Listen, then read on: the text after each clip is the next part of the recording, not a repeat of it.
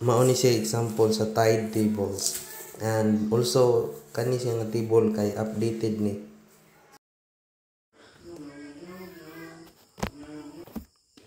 Tide tables are crucial for seafarers to predict and plan their arrival at the port of destination, ensuring safe, efficient berthing operation. They provide information about the times and heights of high and low tides, enabling seafarers to anticipate water levels and avoid potential grounding or other safety issues. Importance of tide tables for seafarers. Planning arrival times, tide tables allow seafarers to determine the best time to enter a port by considering the tide height and current, ensuring sufficient water depth for their vessels. Berthing and unberthing operation.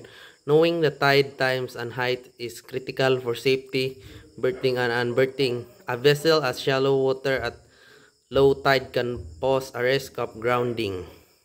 Navigation in shallow water.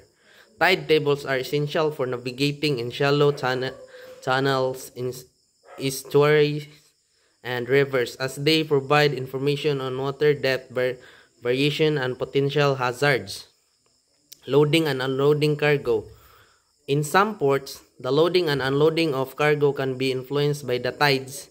Tide table help ensure the vessel has sufficient water depth to support its full load. Safety and efficiency. By understanding the tide, seafarers can avoid potential hazard, reduce delays, and optimize their time and resources. Standard and secondary ports. Tide table often include both standard and secondary ports, with standard ports providing detailed prediction and secondary ports using time and height difference for calculations. Tide heights are primarily affected by the moon's gravitational pull, with the sun also playing a role. However, several other factors can influence actual tide heights. Pareha sa hangin o barometric pressure, and also sa kuan pud na shape sa usa ka coastlines or baybayon.